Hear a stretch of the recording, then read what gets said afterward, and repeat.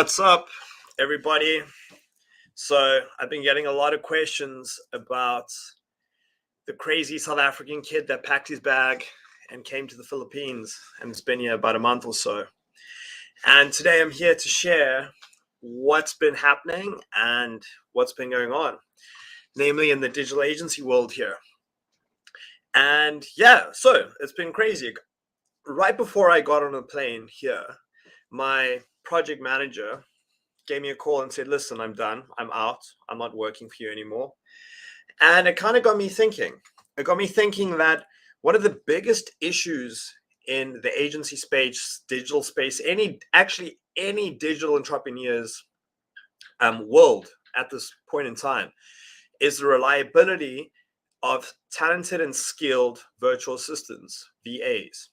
So if some of you are watching this, you don't know what VAs are. Virtual assistants are basically people that you outsource tasks to that are, to be blunt, monotonous and not necessarily worth the entrepreneur's time. Because, as an entrepreneur, your time is valuable and you only have so much time to give to a particular task. Sometimes your time is better allocated elsewhere. If you haven't learned that, I recommend learning that pretty quickly. You're not going to get a lot done unless you have your time allocated to what is valuable and is what is moving the needle for your business. So in today's presentation, I'm going to be going over some common VA tasks that I've been training some VAs up for. And I'm namely going to be going over lead generation. I've been getting a lot of questions about how to generate leads and how you can use VAs to generate leads. So I'm going to be going over that. I'm going to be showing you the process I have. And yeah, let's roll. Guys, if you've got comments, get it in. What's up, Daniel? What's up? What's up? All right, cool. Here we go. So, common VA tasks. As I said, I will be going over the good stuff, which is the lead generation that I know everyone's here for, because ideally you want a VA that will pay for themselves, right? Okay, cool. So, common VA tasks, right? We have admin, Instagram, Facebook, SEO assistance, website, LinkedIn, YouTube, podcast, digital marketing, and customer service. I'm going to go through these. I don't want to bore you guys too much. Those are generally how common VA tasks are broken up into each specific category, right? And the way we pay VAs is usually per an hour or per comment, sometimes per lead on how it is based, all right? Cool. So LinkedIn tasks. As you can see here, LinkedIn tasks are probably one of the more valuable things when it comes to lead generation. We have sourcing LinkedIn content, updating and scheduling LinkedIn content, sending recommendation requests, accepting and ignoring inbound connection requests, checking who viewed your profile, and second, third connections are these messages. So just based on what I said there right now, that is lead generation. This one right over here, accepting inbound connection requests and checking who viewed your profile. If you have someone continually checking who viewed your profile, right, and going about informing you of people that you would want to reach out to, you stand more chance of getting a lead and closing a deal on that, right? And we don't have time for that. We don't have time to sit on LinkedIn all day, or we shouldn't have time to sit on LinkedIn all day and do that. All right, posting articles, adding people from LinkedIn to your CRM, archiving LinkedIn messages, adding people from your leads list to your LinkedIn profile, etc., etc. Basically, this will be available in my group, right? If you guys aren't in my VA group, go to Facebook and get it. It's a whole list of everything these VAs can do. Essentially, the biggest thing with LinkedIn, other than posting content and getting out there, is that you want to be utilizing your VAs for outreach with cold DMs, or, as I said, checking who's viewed your profile and getting back to you and opening up conversations with your ideal target market. Now, I'm going to be showing you a bit later a lead sheet that actually one of our VAs has been working on, and how they go about getting the leads and opening conversations and making notes. So when they hand them over to you, you are able to, well, first of all, if they haven't booked a call, or you're able to carry on with the conversation and take it from there and hopefully close a sale. All right, let's go to the next task. Website tasks. Now, this is a very brief website task list that VAs can do. Process online orders is a big one. Virtual assistants here in the Philippines do. Handling exchanges and refunds is also a massive thing that happens in the e-commerce space, and it's the biggest pain in your ass. Develop and updating content, and also updating plugins. Guys, I used to do, like, I was a bit of a freak when it came to cybersecurity. I got very paranoid about it, and I did a lot of research into it.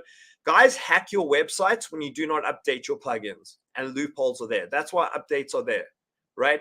There are a lot of loopholes and backdoors and things bad people work out through unupdated plugins, and you need a VA to be going through clients' websites and updating them in order to ensure they're secure.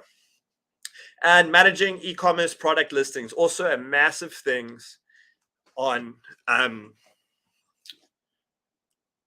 with regards to VA services. Okay, cool. Admin tasks. This is probably the biggest thing that VAs are used for. And this ranges from a very broad variety of things, whether it's filtering emails. I know that's a big thing for me when I'm going through my emails. There's just a lot of crap in there, and you kind of just, you can get someone to go through them and answer them at all. I'm going to be going through these quick. If you guys want these, join my group. They'll be in there. Answering and managing voicemail messages, setting appointments and managing calendars. That's a big one. As I said, if you have a VA that's able to set appointments through a list that was provided to them, you're able to book more calls and close more deals. Data entry into Word and Microsoft Docs and CRMs, and etc., etc. SEO assistance. This is a massive one. We've been working with getting these guys up to scratch. SEO keyword research and developing keyword lists, online directory submissions, citations, distributing articles to article submission sites, writing blogs, keywords, and website copy. That's the SEO assistance. I know a lot of people here own SEO web design agencies, and this is just the donkey work, I call it, that you can outsource and allocate your time to something that is more valuable, right? Instagram tasks, again, this would fall under the lead generation aspect that I'm going to be going over later. This is basically just comes down to posting. So we have a system currently where if you're wanting to do social media posting, you fill out a form, we get your graphics all up to date, you approve them for the whole week, month, or whatever it is, and then we have a VA constantly posting. And depending on what package you go for, you can have a VA actively commenting on your Dream 100 or people, your ideal clients' communities where they're interacting, right? And that grows their accounts and obviously closes more sales in the long run. Basic setup of Instagram ads, uploading content onto Pinterest as well, writing Instagram captions, researching hashtags, and getting them in front of the people you need to be getting in front of. These are basically tasks that you as a business owner should have on autopilot, right? And a virtual assistant is something that solves these problems for literally a tenth of a fee of what a full-time employee would cost. Facebook tasks, sourcing Facebook content, updating and scheduling Facebook content, managing Facebook Messenger, setting up and managing your Facebook business accounts, setting up and monitoring private Facebook groups. That is a big one. I know a lot of people sneak in to these private Facebook groups where they're not meant to be. And yeah, I mean, if you have a company Facebook group and aspects like that, set up and running Facebook contests, uploading Facebook content onto Pinterest. As I said, these are a lot of the biggest things VAs do, some of the tasks that they would do on Facebook, right? YouTube tasks. Being a YouTuber myself, I know how tedious it is to go through absolutely every single video or edit a video or get the perfect intro, cutting up videos into shorts and aspects like that. So basic video editing, designing of video thumbnails, creating social media stories to promote on video, writing scripts for YouTube, and copy for video descriptions. Cool. Podcast tasks. I'm not really going to go into that. That's one of the things we can do. Customer service, processing online orders, handling exchange and refunds, online community management. And as I said, guys, if you want this, go get it in my group. Now I'm going to get to what everyone really came here for. So as I said, I was going to go over mainly lead generation because it makes sense to have a VA that pays for itself. And if a VA is generating your leads and booking your calendar full, they are worth it, right? So going back to my LinkedIn tasks over here and Facebook tasks. So this is how the lead generation process would work. VA would actively reach out to people on LinkedIn or Instagram or engage in groups that you give them permission to on your behalf, right? We all know that if you go into Facebook groups where your ideal clients are hanging out and asking questions and you have a VA in there with AI software or something like that, interacting with them, it'll draw attention to your profile and hopefully close a deal. The VA will then go and take that information once they've engaged or open up a conversation with the person and put it in a form like this, which would basically have the timestamp, hopefully the email address, where the appointment was from. So this one was from LinkedIn, right? The outreach agent's name, and yeah, the date of the appointment, if they've set an appointment, okay, and the chosen time of the appointment, and then any additional notes to get more calls and meetings booked for their services. So the VA will ask them questions like what it is you want. Say like we are trying to sell SEO, right? We're trying to sell SEO to these people, and we ask them a series of questions through a script that we have given them and you have pre-approved, and we'll literally put the answers to each question in the script, right? And it's very easy. That's basically how it goes. In order to onboard, all you would have to do is fill out a form usually, and that is how it would go from there. So you'd go, obviously, your email, appointment, where would you want the appointments from? Facebook, LinkedIn, or Instagram, right?